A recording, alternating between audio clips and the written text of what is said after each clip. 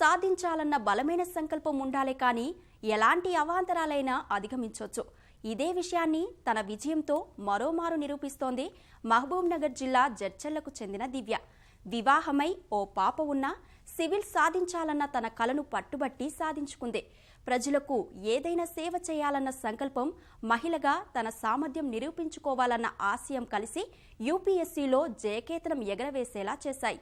మొదటి 2 ప్రయత్నాల్లో విఫలమైన చెక్కు చెదరని ఆత్మవిశ్వాసంతో మూడో ప్రయత్నంలో జాతీయ స్థాయి 560 ర్యాంకు సాధించిన దివ్యతో ముఖాముఖి.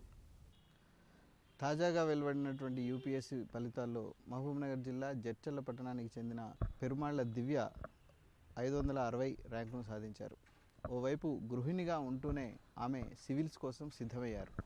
మూడోసారి చేసినటువంటి ప్రయత్నంలో ఆమె దేశవ్యాప్త ర్యాంకుల్లో స్థానం సంపాదించారు. మరిన్ని వివరాలు ఆమెను అడిగి తెలుసుకుందాం. సివిల్స్ కోసం విపరీతమైనటువంటి శ్రమ చేస్తున్నారు. దేశవ్యాప్తంగా చాలామంది, లక్షల మంది దీనికోసం పోటీ పడుతున్నారు. మీరు మాత్రం ఈసారి వచ్చినటువంటి ఫలితాల్లో ర్యాంకు సంపాదించడం జరిగింది. దీని వెనుక మీరు ఏ విధమైనటువంటి కష్టపడ్డారు? ఈ సివిల్స్ రావడం మీకు ఏ విధంగా అనిపిస్తుంది? ఇది నా 3rd అటెంప్ట్ అండి. ఫస్ట్ 2 అటెంప్ట్స్లో నేను ప్రిలిమ్స్ కూడా పాస్ అవ్వలేదు. సో నేను 3rd అటెంప్ట్ వచ్చేసరికి డెఫినెట్గా నేను క్లియర్ చేయాలి అనుకున్నా. సో 10 to 12 అవర్స్ వరకు చదవగలిగాను పర్ డే.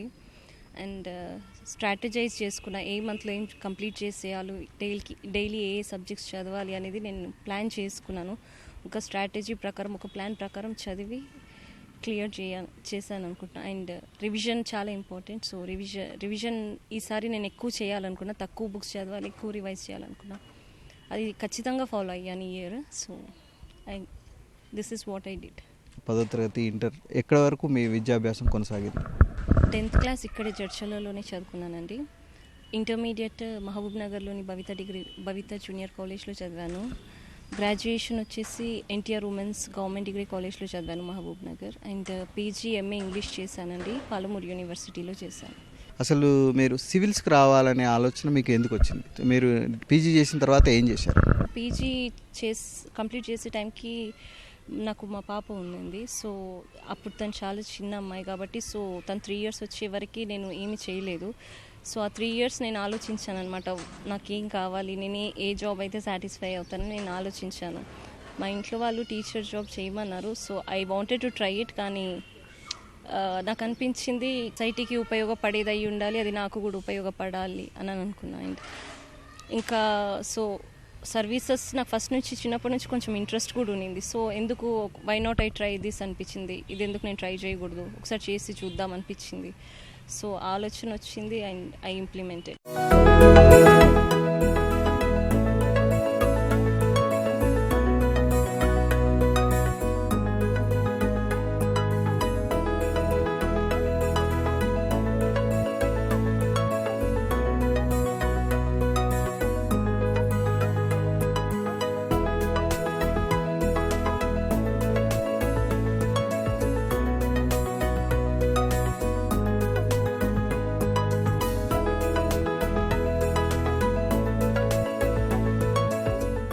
ఆ సమయంలో సివిల్స్ ఎంపిక చేసుకోవటం అనేది మీకు అంటే ఛాలెంజ్గా అనిపించలేదా? అంటే మీరు ఇంట్లో పనులు చూసుకుంటూనే అవన్నీ చేసుకోవాల్సి వస్తుంది. సో అది ఎట్లా అనిపించింది? మీరు ఎందుకు అట్లా డిసిషన్ తీసుకున్నారు?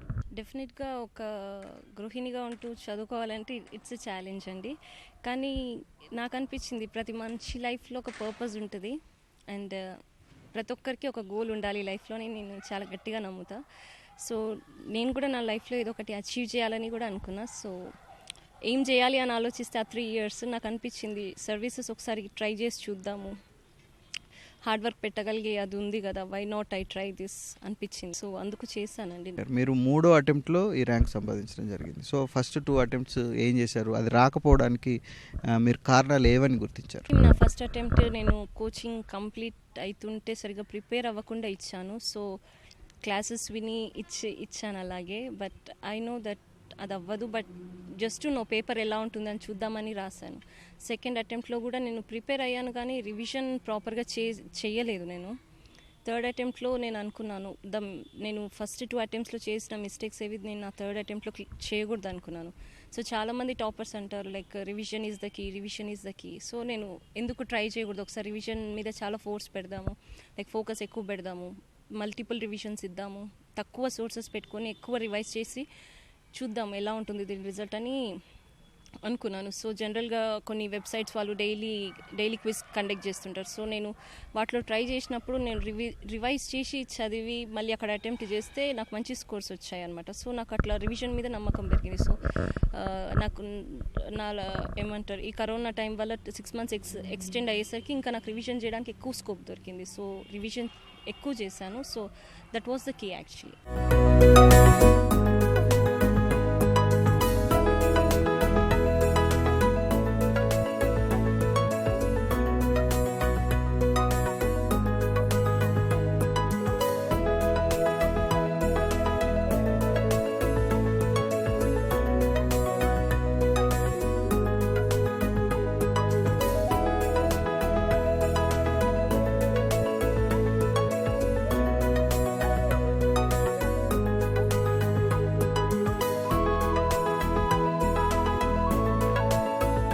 సో థర్డ్ అటెంప్ట్లో మీ ప్రిపరేషన్ ఎట్లా ప్లాన్ చేసుకున్నారు, ఏ విధంగా ఎన్ని గంటలు చదివారు, ఏ సబ్జెక్ట్స్కి మీరు ప్రియారిటీ ఇచ్చారు, తర్వాత కోచింగ్ ఎక్కడైనా మీరు తీసుకున్నారా? థర్డ్ అటెంప్ట్కి I use to study for at least 8 to 10 hours a day చదివేదాన్ని. అండ్ ఎలా చదివానంటే నేను ఫస్ట్ అనుకున్నాను తక్కువ బుక్స్ చదవాలి. నేను ఫస్ట్ అటెంప్ట్లో జనరల్గా కొత్తగా కోచింగ్ వెళ్ళినప్పుడు చాలామంది చెప్తారు, ఒక్కొక్కరిని అడిగితే ఒక్కొక్క సోర్స్ చెప్తారు, ప్రతి సబ్జెక్ట్కి ఒక బుక్ ఒక్కొక్కటి చెప్తారు. అట్లా నేను ఫస్ట్ అటెంప్ట్లో చాలా బుక్స్ చదివి ఏది రివైజ్ చేయలేకపోయినా. కానీ నేను థర్డ్ అటెంప్ట్కి వచ్చేసరికి నాకు ఒక క్లారిటీ వచ్చింది. ఏది చేసినా ప్రతి దానికి ఒకటే సోర్స్, తక్కువ సోర్సెస్ పెట్టుకోవాలి, ఎక్కువ రివిజన్ చేయాలి. దీన్ని మాత్రం నేను తప్పకుండా ఫాలో అవ్వాలి అనుకున్నాం. So at the end of the day నేను చాలా లిమిటెడ్గా పెట్టుకున్నాను. నేను ఏం బుక్స్ చదవాలనుకున్నాను దాన్ని లిమిటెడ్గా పెట్టుకున్నాం అండ్ ఎక్కువ రివైజ్ చేసినాం. I have taken the coaching in 2017. మీ కుటుంబ సభ్యులు మీకు ఈ ప్రిపరేషన్కు ఏ విధంగా సపోర్ట్ చేశారు? ఇంకా బయటి వ్యక్తుల నుంచి అంటే స్నేహితుల నుంచి కానీ, ఇంతకుముందు ఆల్రెడీ ఐఏఎస్లో ఐపీఎస్లో వాళ్ళ అయిన దగ్గర నుంచి కానీ మీరేమైనా సపోర్ట్ తీసుకున్నారా? అండ్ నా చదువు మీద ఏం ఎఫెక్ట్ పడకుండా నాకు మా మదర్ చాలా సపోర్ట్ చేశారండి. మా పాపని మొత్తం మా మదరే చూసుకున్నారు. నాకు లేవడము చదువుకోవడం తప్పితే ఇంకొకటి తెలియకపోయింది ఆ టైంలో. సో మా మదర్ సపోర్ట్ ఫైనాన్షియల్గా కానీ మెంటల్ సపోర్ట్, ఈ టైంలో యూపీఎస్సీ టైంలో మెంటల్ సపోర్ట్ చాలా ఇంపార్టెంట్ అండి. అంతా చదివి లైక్ చాలా స్ట్రెస్ అయిపోతాం మనము. నేను చాలాసార్లు లేట్ చేసేదాన్ని మా మదర్ దగ్గర అవ్వకపోతే ఏంటి అని. But she use to support me psychologically, ఏం కాదు బిడ్డ అనేసి. Even my brother, my husband అందరూ సపోర్ట్ చేశారు. మా ఫ్యామిలీ చాలా సపోర్టివ్ ఉంది నాకు ఈ జర్నీలో. అండ్ ఈవెన్ బయటి నుంచి నా ఫ్రెండ్స్ కూడా చాలా సపోర్ట్ చేసేవాళ్ళు. నాకు మంచి ఫ్రెండ్స్ ఉన్నారు బయట. So they use to support me a lot. Definitely you will do this time అని. నేను ఎప్పుడైనా డిప్రెస్డ్ ఉండి చేయలేకపోతానేమో అనేసి భయం ఉన్నప్పుడు they use to support me. And ఈ ప్రాసెస్లో నేను రాచకొండ కమిషనర్ మహేష్ భగవత్ సార్ని కూడా కలిశాను. So he was very supportive. నా ఇంటర్వ్యూ ప్రాసెస్ మొత్తము సార్ చాలా గైడ్ చేశారు నన్ను. హీ పర్సనలీ ఆయన టైం తీసుకొని నన్ను పిలిచి హీ సపోర్టెడ్ మీ. సార్ని ఏ డౌట్ అడిగిన ఏ టైంలో అయినా హీ కాదనకుండా సపోర్ట్ చేశారు. సో నా ఇంటర్వ్యూ ప్రాసెస్లో he was very very supportive నాకు. మీ ప్రిపరేషన్ ద్వారా ఇప్పుడు సివిల్స్ రాయాలనుకునే వాళ్ళకి కానీ, సివిల్స్ అటెంప్ట్ చేయాలనుకునే వాళ్ళకి కానీ మీరు ఏం చెప్తారు? అంటే మీ ప్రిపరేషన్లో కొన్ని అంటే మీరు సిద్ధం అవ్వడంలో కొన్ని లోతుపాట్లు ఉన్నాయి, తప్పులు ఉన్నాయి, వాటిని అన్నింటినీ మీరు సవరించుకుంటూ ముందుకెళ్ళారు. సో ఇప్పుడు మళ్ళీ ప్రిపేర్ అయ్యే వాళ్ళకు మీరు ఏం చెప్తారు? మీరు మీ అనుభవాన్ని ఎట్లా పంచుకుంటారు? సివిల్ సర్వీసెస్ అనేది డెఫినెట్గా హార్డ్ వర్క్ తీసుకుంటుందండి. It's not a game of luck. Last result వరకు లిస్ట్లో ఉంటామో ఉండమో తెలీదు. సో నేనైతే హార్డ్ వర్క్ పేస్ ఆఫ్ అనేది గట్టిగా నమ్ముతా. If you work hard definitely you will be rewarded అని నేను నమ్ముతా. అండ్ ఎవరైనా కూడా రాయాలి అని అనుకుంటే ఖచ్చితంగా వారు హార్డ్ వర్క్ చేయడానికి సిద్ధపడి ఉండాలండి దీని కొరకు. ప్లస్ కన్సిస్టెన్సీ అనేది యూపీఎస్సీలో చాలా ఇంపార్టెంట్. నువ్వు ఒకరోజు చదివి 2 days గ్యాప్ తీసుకొని రెస్ట్ తీసుకొని మళ్ళీ 3rd day చదువుతా అంటే ఇంకా అది కష్టం అండి. బికాస్ బయట కాంపిటీషన్ చాలా ఎక్కువ ఉంది. ఐ నో ఇట్ బికాస్ నేను 3 times రాశాను. I know it how the competition is. So కాబట్టి ఎవ్రీడే కన్సిస్టెంట్గా ఉండాలి స్టడీస్లో. అండ్ డెఫినెట్గా హార్డ్ వర్క్ అనేది it will definitely play a role. అందరితో అంతమందితో కంపీట్ చేయాలంటే it's not a small thing అనమాట. సో హార్డ్ వర్క్, కన్సిస్టెన్సీ ఉండాలి, ఓపిక చాలా ఉండాలి, ఫెయిల్యూర్ని తట్టుకునే సామర్థ్యం కూడా ఉండాలి. ఇవన్నీ ఉన్నాయనుకుంటే definitely you can do this. నేను చేసినప్పుడు ఇవన్నీ ఉన్న క్వాలిటీస్ ఉన్న వాళ్ళు వేరే ఎవరైనా చేయగలుగుతారు. ఈ సివిల్స్ రాయాలనుకునేటువంటి మహిళలకు ముఖ్యంగా మీ అనుభవం ఎందుకు ఉపయోగపడుతుందంటే, ఓవైపు గృహిణిగా ఉంటూనే మీరు ఈ ర్యాంక్ సంపాదించారు. సో సివిల్స్ ప్రిపేర్ అయ్యే మహిళలకు మీరు ప్రత్యేకంగా ఏం చెప్తారు? మగవారితో ఈక్వల్గా ఉమెన్ కంపీట్ చేయగలుగుతారు ఏ ఫీల్డ్లో అయినా. So women are never inferior to men. So వాళ్ళు కూడా if they want to do it, they should do it. వాళ్ళు ఖచ్చితంగా హార్డ్ వర్క్ చేయాలి అండ్ వాళ్ళ కళల్ని యూనో సాకారం చేసుకోవాలి. దానికి ఫ్యామిలీ సపోర్ట్ చేయాలి కూడా. ఎందుకంటే జనరల్గా మన సొసైటీలో అమ్మాయిల్ని కొంచెం ఎక్కువ చదివించాలంటే కొంచెం ఆలోచిస్తారు. సో ఒకవేళ మీ అమ్మాయి కానీ చదువుకుంటాను ఇటువంటిది నేను కూడా చేస్తానంటే parents should definitely encourage them. ఎందుకంటే we need such women in our society. So కాబట్టి స్త్రీలు మహిళలు ఎవరైనా దీన్ని రాయాలి, నేను చదవాలి, ఇది చేయాలి అనుకుంటే డెఫినెట్గా మీకు ఆ ఉద్దేశం ఉంటే చెయ్యండి అండ్ మీరు కష్టపడండి, ఖచ్చితంగా సక్సెస్ అవుతారు కూడా. I'm example for that.